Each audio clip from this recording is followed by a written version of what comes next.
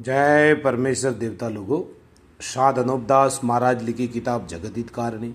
यह जगत हितकारणी जिसको श्री अनूपदास पेंटिंग प्रेस छावनी हरनपुरा में साहब के प्रसिद्ध किया। दोस्तों, तारीख 17 अप्रैल सन 1909 जहाँ वैसाख बुद्धि 12 संवत 1965। जय परमेश्वर।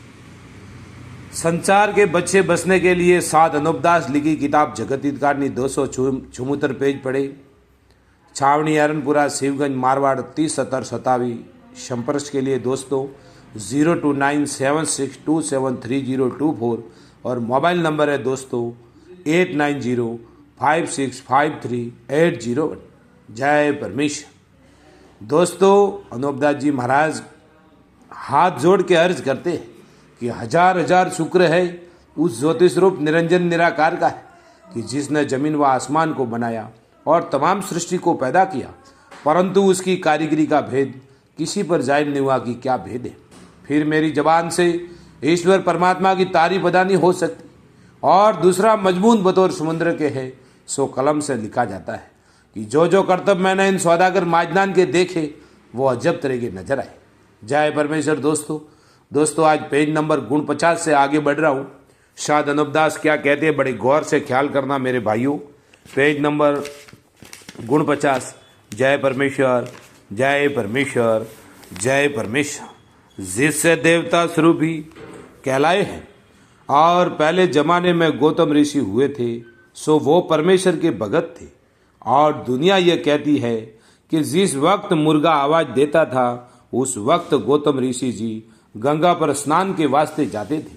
और गौतम ऋषि की औरत अहिल्या बहुत खूबसूरत थी सो इंद्र महाराज अहिल्या के साथ हराम करने का ख्याल रखते थे।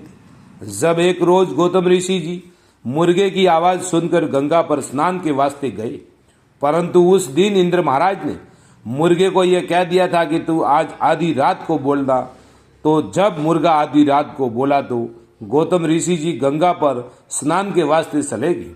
और उसके जाने के बाद इंद्र महाराज उसकी औरत अहिल्या से हराम करने को आए और चंद्रमा को पैरे पे खड़ा किया था। जब गौतम ऋषि जी गंगा पर पहुंचे तो गंगा ने गौतम ऋषि से यह कहा कि तुम इसी वक्त अपने घर वापस चले जाओ क्योंकि तुम्हारे घर में कोई सल है। जब गंगा के कहने से इसी वक्त गौतम ऋषि बिगैर स्नान किए अपने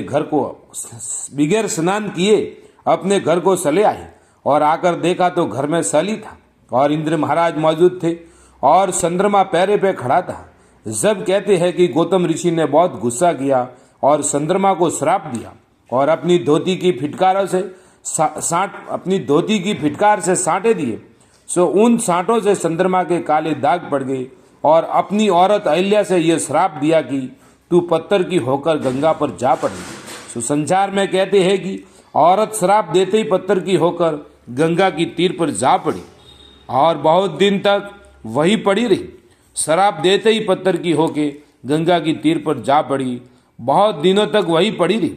और जिस वक्त रामचंद्र जी महाराज जनक राजा के या जग में आए तो उन्होंने उसी पत्थर के ऊपर जो पत्थर की अहिल्या हो गई थी अपनी जोड़ी जूते की जाड़ी, तो वो फिर औरत असली सूरत पर औरत बन गई।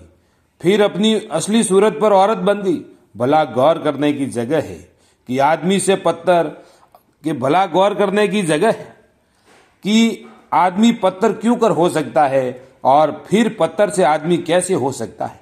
तुम संसार के लोग इस बात का दिल से ख्याल करो कि इस झूठ का क्या ठिकाना है और मैं कहाँ तक इस झूठ का हाल लिखूं। झूठ तो दुनिया में बहुत है और लिखने वाला मैं एक, कहाँ तक लिख सकता हूँ। मैं तो कोई बात तुम संसार के लोगों को आंखें तुम्हारी खोलने के वास्ते लिखता हूँ। सो तुम सब संसार के लोग इंसाफ की आंखों से देखो कि जो मैं लिखता हूँ यह सच मालूम होता है या यह अगली बातें जैसे गौतम ऋषि की और इंद्र महाराज की है यह सच मालूम होती है। अब जरा इस बात को गौर तो करो कि सही, इस बात को सुनो तो सही कि गौतम ऋषि अहिल्या, जय परमेश्वर, गौतम ऋषि इंद्र महाराज को श्राप दिया। जय परमेश्वर। Page number 50। वो श्राप देते ही कोड़ी होगी और उसके बदन में सुराग और भंग होगी और कहते हैं कि गौतम ऋषि ने चंद्रमा को श्राप दिया और उनकी धोती की छांटों से चंद्रमा के काले दाग पड़ गए और रामचंद्र जी के जूते झाड़ने से पत्थर से फिर औरत हो गई और गंगा जी गौतम ऋषि को मुंह से बोले कि तुम अपने घर वापस चले जाओ। तो गौर करो कि आदमी को मालिक ने अकल समझने के वास्ते दी है। सो तुम सब संसार के लोग अपनी अकल से समझो कि गंगा जो है वो जल है और जल मुंह से कब बोल सकता है, और चंद्रमा जो है वो ज्योतिष रूप है, वो ऐसे खोटे कामों के ऊपर पैरा क्यों देती। और गंगा का मान और बुजुर्गी इस वास्ते है कि वहां पर साधु फकीर और अच्छे लोग तपे हैं, इससे इस नदी का नाम प्रगट है। जैसे नदी का नाम प्रगट है, नहीं तो जैसे और नदी है वैसे गंगा भी एक नदी है। और जो कोई ये ख्याल करे कि गंगा का पानी नहीं बिगड़ता है और कीड़े वगैरह नहीं पड़ते हैं और दूसरी नदियों का पानी खराब हो जाता है और कीड़े वगैरह पड़ जाते हैं, इससे गंगा में यह बात जायदा है। सो भाई मेरे हो, इसका सबब यह है कि इन माजनान ने गंगा के नाम का पाप करा के अभी तक रोग नहीं किया है जिससे ये पानी नहीं बिगड़ता है, और दूसरी तमाम नदियों के नाम का पाप रोग करा के रोग कर दिए जिससे उन नदियों के पानी में कीड़े पड़ जाते हैं और पानी खराब हो जाता है। सो जिस दिन गंगा के नाम का पाप करा के गंगा को रोक किया उस दिन गंगा का पानी भी खराब हो जाएगा। इसी तरह से यह बात पेस्तर से प्रकट हो जाएगी कि गंगा जी आलोप हो गई है और आलोप हो जाएगी और इसका महत्व कम पड़ जाएगा। सो भाई मेरे हो, आलोप हो जाना और महत्व और मान कम हो जाना गंगा का यही है कि ये बनिए माजन लोग गंगा के नाम का पाप करना शुरू करके इसको रोक करा देंगे तो उस पाप के होने से गंगा का पानी में ये बात जो अब है वो नहीं रहेगी और इससे उसके पानी में कीड़े वगैरह पड़ने लग जाएंगे। तो फिर संसार के लोग को दिल में गंगा का मान और महत्व कम हो जाएगा और दुनिया खुद ही कहने लग जाएगी कि अब गंगा आलोप हो गई है और इसका महत्व कम हो गया है, जिससे पानी खराब होकर कीड़े वगैरह पड़ने लगे। सो ख्याल करो कि जल तो सदा निर्मला है, परंतु ये बनिए बेईमानों ने जगह जगह जादू से रोक करके जमीन माता को बीमार कर दी है, और जो कि मैं बरसता है उसको दुनिया इंद्र कहती है। सो इंद्र महाराज तो तीरन तारन है और दीन दयाल है, परंतु इन बनियों ने ये कैसा झूठ का जाल चलाया है कि जल कोई आदमी नहीं है कि जो अहिल्या से हराम करने को आया होगा।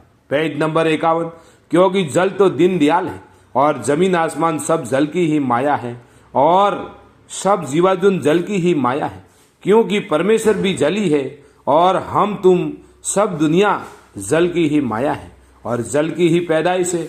सो जल कोई आदमी थोड़ा ही है, जल तो बरसता है, सो हम और तुम सभी देखते हैं। सो जबकि जल बरसता जबकि जल जमीन माता पीती है, जब जल बरसता है।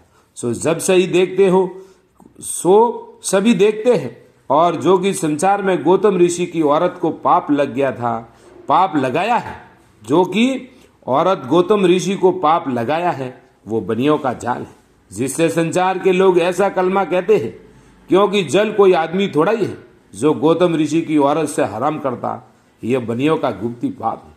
सो तुम सब हिंदू मुसलमान और अंग्रेज समझो और ख्याल करो कि पहले रावण ने राक्षसी पाप चला करके राक्षसी वेद और राक्षसी वेद की किताबें और टिप्पणी वगैरह संसार के भुलाने के वास्ते सलाह दिए। उसी तरह से इन बनियों ने सलाह दिए है, और जो कि दुनिया भूली हुई है सो इसी तरह से तो नहीं भूली हुई है, परंतु 84 लाख कुड़ियों के ऊपर नारगी बनाई है, वहां पर पाप कराते हैं। जब दुनिया की बुद्धि भ्रष्ट हो जाती है और दुनिया जो यह कहती है कि चंद्रमा गौतम ऋषि के घर इंद्र महाराज के पैरे पर खड़ा हुआ, सो यह बात भी खिलाफ अक्ल के है, क्योंकि चंद्रमा बुरे कामों के पैरे पर नहीं खड़ा हो सकता, और सूरज चंद्रमा कोई आदमी थोड़ा ही है जो पैरे पर खड़ा रहे, क्योंकि सूरज चंद्रमा तो मालिक ने जमीन माता के शरीर में जोत बनाई है। सो यह जमीन माता के शरीर में रोशनी है कि जिस तरह से आदमी के शरीर में रोशनी है उसी तरह से जमीन माता के शरीर में सूरज चंद्रमा की रोशनी है। और संसार में लोग ये कहते हैं कि अहिल्या अपने खाबिंद की बद दुआ से पत्थर की बन के गंगा की तीर पर जा पड़ी थी और फिर पत्थर से औरत होकर आसमान पर चली गई। सो ये बातें बिल्कुल झूठ है और ख्याल करने के लायक है कि औरत पत्थर नहीं बन सकती, औरत पत्थर नहीं बन सकती और न आसमान पर जा सकती है। ये तो बनियों ने दुनिया के भुलाने के वास्ते राक्षसी पाप चलाया है। और जो ये गौतम ऋषि और इंद्र महाराज वगैरह का हाल और भी अनेक तरह की झूठी बातें दुनिया में प्रकट की है। सो ये बातें तमाम तुलसी कृत रामायण में की जो तुलसीदास ने बनाई है और भागवत में लिखा है और अवतार चित्र में भी लिखा हुआ है। सो तुम सब संसार के लोगों ने इन किताबों में ये बातें लिखी हुई देखी होगी। जय परमेश्वर। दोस्तों कल पेज नंबर 52 से चालू होगा साध अनूपदास लिखी किताब जगत हितकारनी।